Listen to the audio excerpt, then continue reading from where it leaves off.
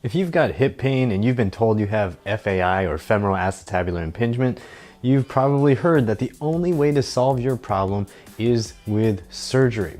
In this video, we're going to talk about some of the new facts that have come to light in recent research, and I'm going to share some stories with you from people that I've talked to who have undergone femoral acetabular impingement surgery and what their results really were like. I'm Matt Shu from Upright Health, and for years I've been an outspoken critic of the FAI diagnosis. I'm really against the surgery and the diagnosis because the evidence is just not there to support either one. Just like spinal surgeries, just like knee meniscus surgeries, just like shoulder impingement surgeries, the FAI diagnosis and the surgery for it are based on very little evidence. So as a result of my position as a critic of the FAI diagnosis and the surgery, I've been privy to a lot of interesting conversations with people over the years. We've worked with a lot of people who have had the surgeries, and I want to share some of their stories with you, and a new study that was just published this year in 2018 that talks about the side-by-side comparison of physical therapy and surgery for FAI and the results you can actually expect, not just what surgeons promise you. In the beginning of the FAI diagnosis and the treatment with surgery, surgeons were claiming really high success rates like 90, 95, even sometimes 99%. And what has come to light in recent years is that the satisfaction rates for the patients is nowhere near 90, 95, 99%. In fact, it's more around 50 to 66% satisfaction rates. But the actual return to sport and the actual return to the ability to do the things you love to do is really, really low based on recent studies.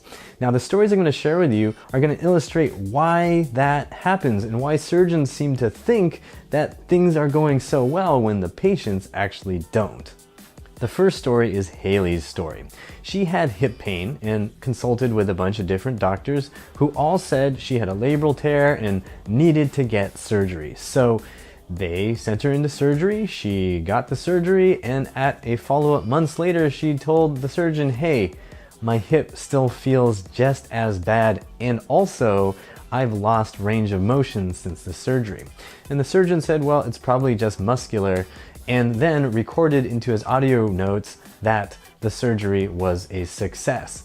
Right in front of her, where she could hear him say the surgery is a success. Right after she said, this still hurts. If you want to see Haley's full story, you can check the description box for a link to her full video where she talks about her entire experience with hip impingement. When you hear a story like that, you may be inclined to say, well, maybe it's just that one surgeon who's just not paying attention and is being willfully ignorant of what the patient is saying. Unfortunately, I've heard this story from many people from many parts of the world, many parts of the United States, as well as around the world, and it's not that rare a thing to hear from a surgeon when the patient isn't actually satisfied.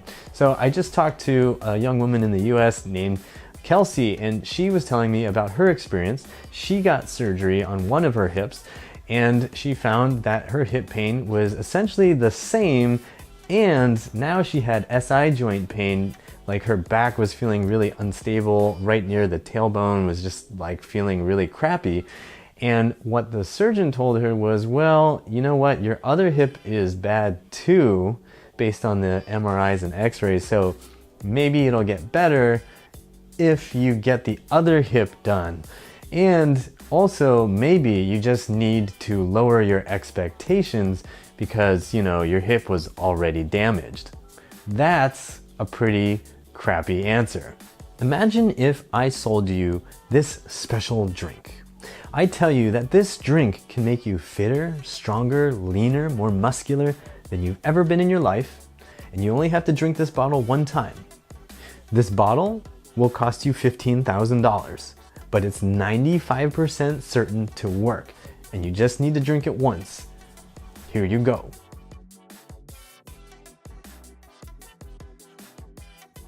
Let's say you take my drink, and you drink my drink, and you come back 3 months later and you say, I feel the same, In fact, I may actually be a little bit fatter and I feel a little bit more tired than I used to. What's the deal? I thought your drink's supposed to work. What would your reaction be if I said, oh, it's because you didn't drink enough of my drink, you probably need to drink it again. What do you think your reaction would be if I tried to sell you the same solution that clearly didn't work the first time? The final story is a guy named Jordan who emailed me and told me about his experience with his hip surgery. Before going in, he had some massive shooting pains in his groin, and when he kind of put weight into his toes a little bit awkwardly, he would just get this shooting pain through his groin. Now, he underwent surgery because they said it's FAI and you just need to have surgery.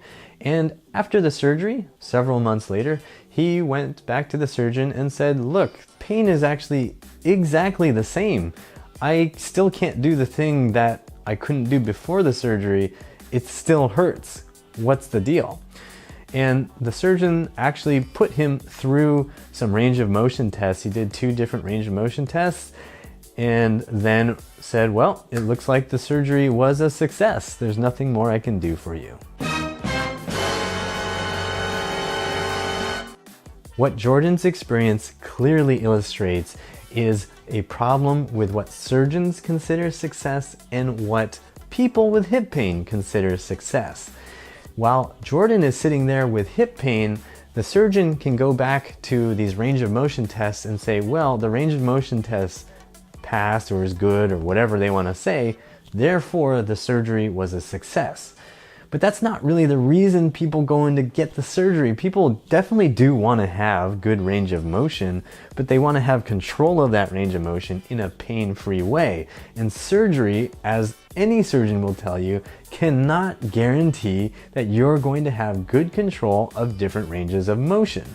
That's why the surgeon told Kelsey, well, you know, maybe you should just lower your expectations. That's why the surgeon just said, well, you know, to Haley, we removed the bad stuff, so of course it was a success. Modern orthopedic medicine has its roots in battlefield tents where surgeries were performed on people with massive injuries on the battlefield. The whole philosophy there is to identify what's wrong and broken with the patient and fix it as quickly as possible so that you can get them out of the tent. Now, that may work for situations where somebody is super damaged, obviously by some sort of trauma.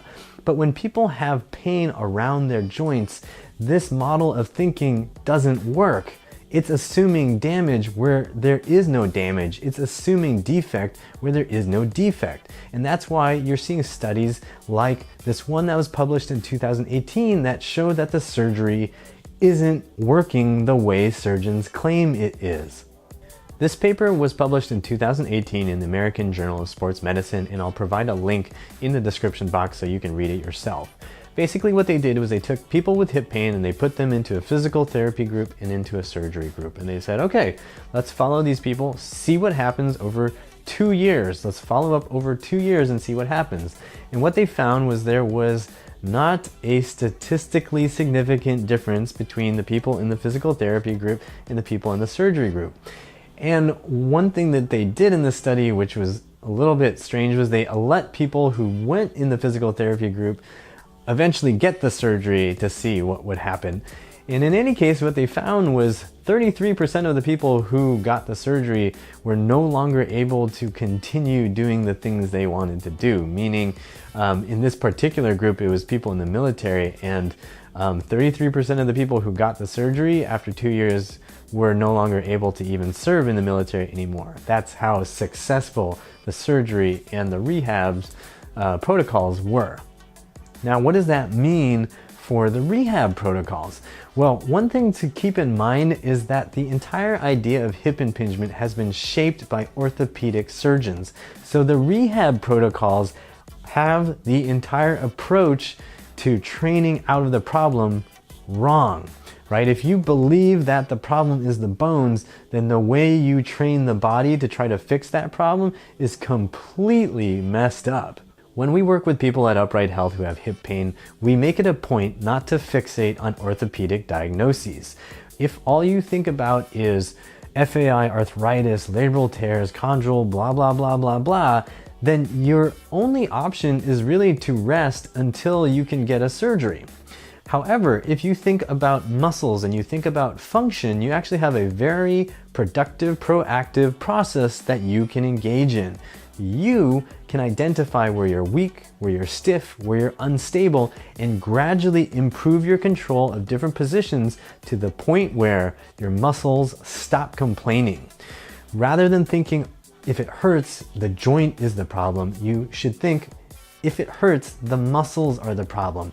The muscles are the thing that you can control. The muscles can be trained, and the muscles are ultimately what you have to train in order to gain control of your hips. If you're looking for ideas to help you troubleshoot your hips, check out our playlist of hip exercises and hip ideas. We've got them for free here on YouTube. If you're looking for a program that's really geared towards people who have been given the FAI diagnosis, you can check out the FAI Fix. But please remember that the diagnosis itself is not the important piece of the puzzle. You want to be thinking about your muscles when you're going into that program and thinking about how you're going to address your muscles and let go of the idea of FAI. Alright guys, that's going to do it for this video. I hope you found everything here educational and helpful, and I hope it gives you hope as you move forward to get yourself out of hip pain. If you liked the video, please click like, share this video with somebody else who's got hip pain, subscribe so you don't miss out on future videos, and as always, I hope you remember that pain sucks, life shouldn't.